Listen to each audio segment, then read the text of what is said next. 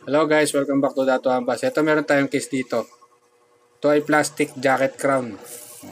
Hindi ito porcelain, hindi ito zirconia. Ito ay acrylic resin lang. Na kulay ito. Ito ay naka-facing ng New Age A2.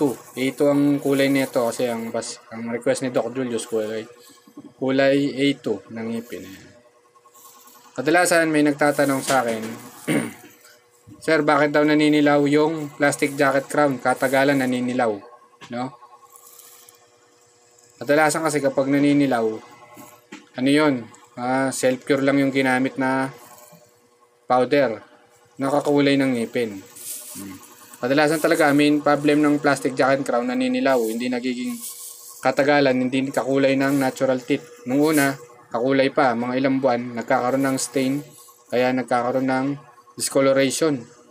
Kaya kung magpapa-jacket crown ka, mas maganda magpa-porcelain fused to metal ka na, yung may bakal. Kahit na tig 7K yata ngayon sa dentist. 7K to... Yung zirconia mas mahal eh. Halimbawa ito, zirconia. Baka ito is 15K to 18K per ipin.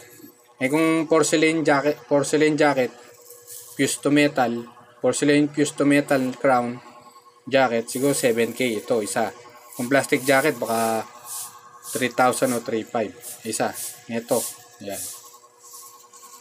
Mas maganda lang ang plastic jacket crown kapag temporary. Yung temporary lang ng ngipin, hindi yung pangmatagalan.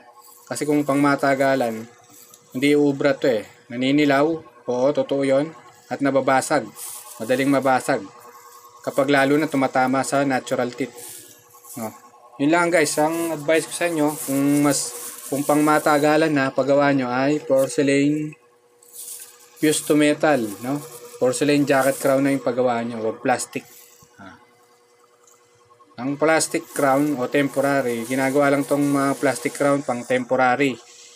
Pagkatapos, kapag tapos na yung porcelain fused to metal or zirconia man yan, IMAX, ilalagay na yung, kaalisin tong plastic at ilalagay naman yung permanent na crown o fixed bridge.